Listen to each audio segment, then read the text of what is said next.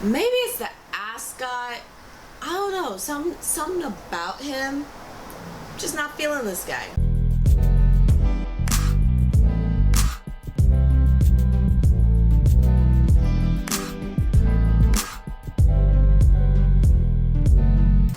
Salutations, friends. My name is Brianna Bond, otherwise known as No Ordinary Scholar. It's been a minute. It's been a hot second since we sat here and recorded something.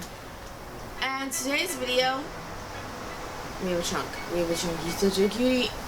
He's just hungry, but look at this belly. He doesn't need food right now. It's fine. Today's video is actually not the video that I had originally been planning on doing when I was talking about this topic. Because you see, originally, I wanted to talk to you guys about how Fred from Scooby-Doo is actually the bad guy in all of this. Because, obviously, ow! Rude! You saw that. It was caught on camera. Your abuse chunk. It's rude, cruel. Ow. But yeah, obviously, when you got like a handful of teenagers and a dog, and you're in the same area as some deranged murderer running around in a creepy costume, obviously, first thing we want to do, split up. That makes sense. That makes sense. And that's not sus at all. He agrees with me. Exactly, that's what I'm trying to tell the people here. Fred was the imposter all along. And don't worry, my video about how Fred is some like criminal mastermind, the kingpin of Coolsville, if you will, that's going to come out someday. But that would require me watching all of the like Scooby-Doo TV shows and movies, and Matt Pat from the Theorist channels has assured me that that is going to be a very long process. For now, let's take a look at the reasons why someone actually might want to split up in situations like this. We all grew up being told, whenever you go out somewhere, whenever you're like wandering around, make sure you're in a group. You're safer in groups. Why? Because you look like you'd be a more difficult target when you're in groups. And I am definitely not willing to give that point of view up right now. But when you're looking up from the other side of it, there may be some actual cause to want to split up in situations like this. So there are two major issues that happen when you're working in a group. Number one is you become reckless. That is an issue that's even more prominent when you're talking about teens, and I guess that Mystery Inc. is technically supposed to be teens, but I'll be damned if I believe a single one of them in that live action movie. Like, look at them. Absolutely none of them are under 30. I'll fight you on it.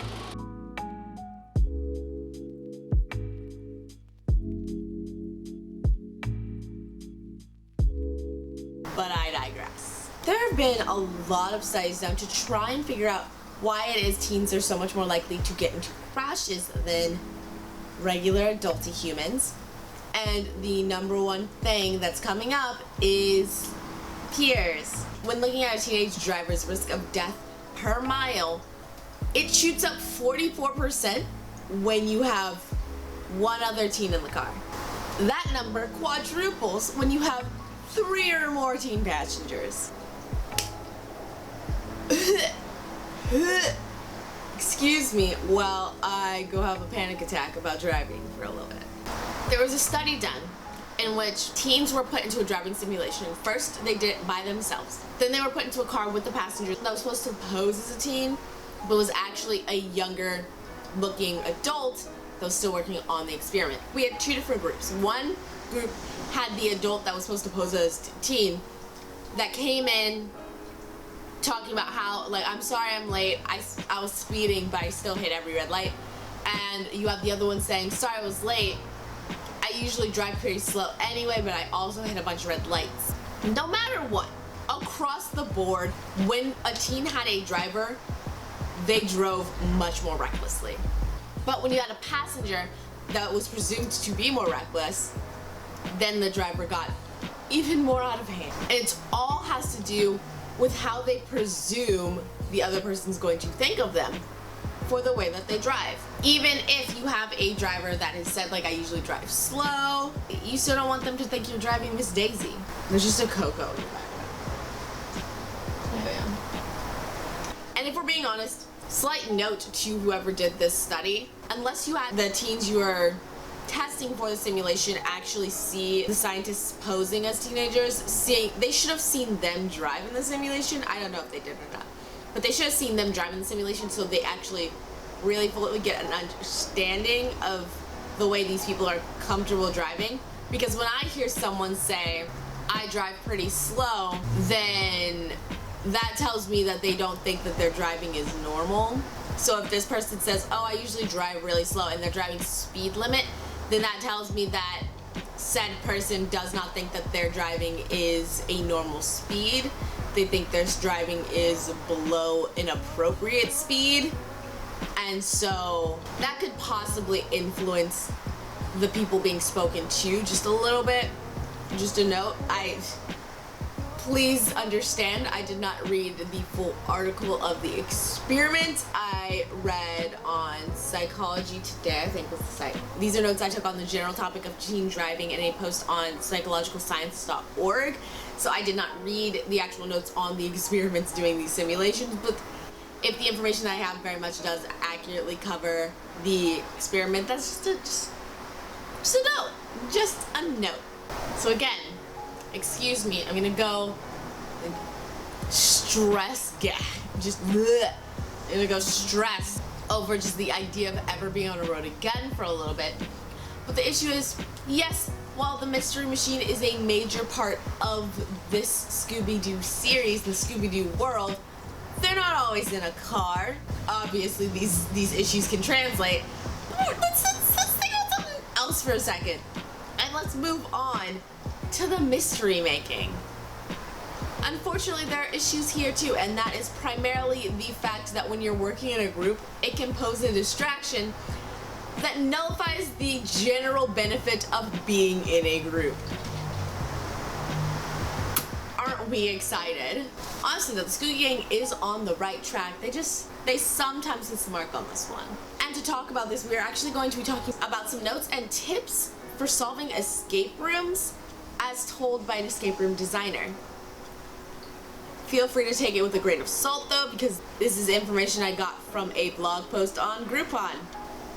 Coupons. But anyway, when you're trying to solve an escape room, which for our intents and purposes, we are going to equate with like solving murders and kidnappings and, you know, like arson and massive amounts of property damage, stuff like that. We're gonna lump them all together for a second. When you're doing this, it does help to have a lot of people looking around so that way you just don't miss anything. But the problem you can get into is just distracting each other, as we almost always see with Scooby and Shaggy. The other issue is what they refer to in the biz as bunching, in which one person finds a clue and everyone goes to look at it, because then you don't have those eyes looking everywhere. They're all just zoomed in, focused on this. What they recommend is for everyone to just describe what they're seeing in detail. Coco is chasing her tail.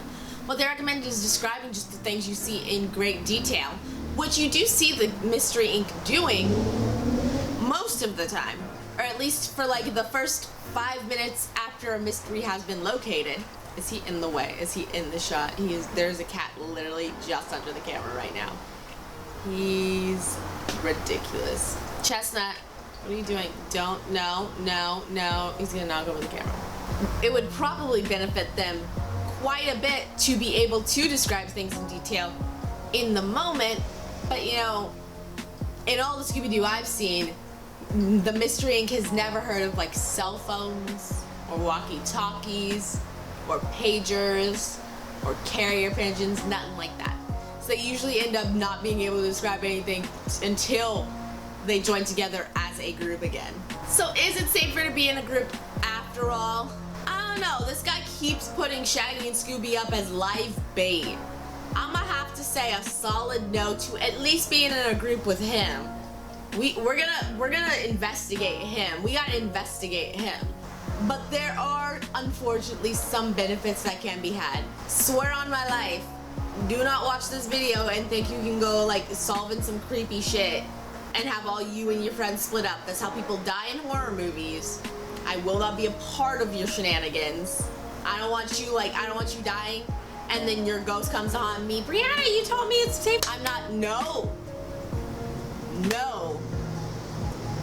No. I assure you, if I had friends and said group of friends came to me and was like, Brianna, we want to be sleuths, we want to solve murders. First of all, I ain't getting into that shit to begin with. Like, I don't even trust those like mail mystery to you boxes that started coming out in quarantine. We ain't doing that. But even if for some reason they had a voodoo doll that made me join their little mystery group, there ain't no magic, no voodoo, nothing in this world that would let me stand in an active crime scene with the murderer on the loose. Guys, let's split up. It ain't gonna happen. Don't do it. You don't do it. I'm not doing it. And if your friend ever asks you to be live bait, they're toxic. Get out. Get out. So much for watching. It's been a hot second since I've recorded a video, so this has been a bit of an awkward process. Editing is going to be painful, but we do it for you guys because we love you guys. Have been getting a lot of book stuff done. It has been great. Currently working on the last couple of edits of Catwalk Criminals, the second book in the Queen of Thieves series. This is a fake cover. If you want to see the real cover and be in the know for when the book's pre-order date starts, when the actual release date's gonna be, hop over, check me out on Instagram at Firestorm2343, and if you want to support me through this process and help books come out super quick, just so super quick, then go support me on Patreon. But that's it for me today. We will see you next time, and until then, valedictions, friends.